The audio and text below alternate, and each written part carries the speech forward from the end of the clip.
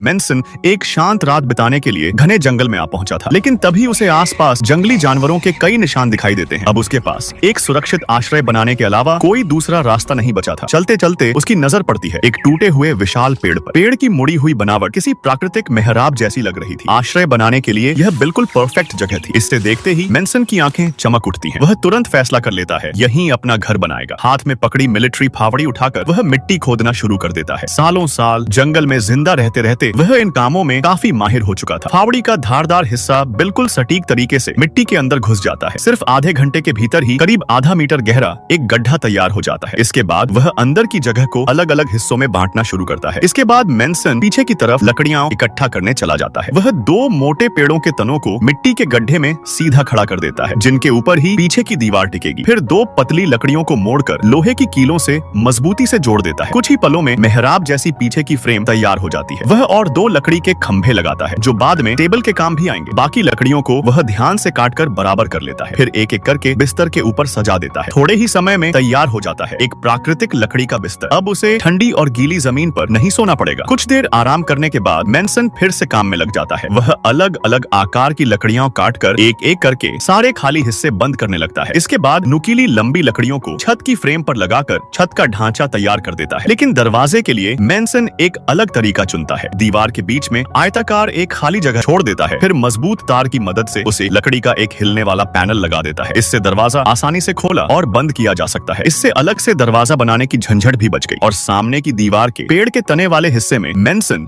जानबूझकर एक छोटी सी निगरानी वाली खिड़की बनाता है। यह छोटी सी खिड़की आसपास नजर रखने के काम भी आएगी। इस छोटे से छेद से आसपास घूमने वाला कोई भी जानवर उसकी नजर से बच नहीं पाएगा।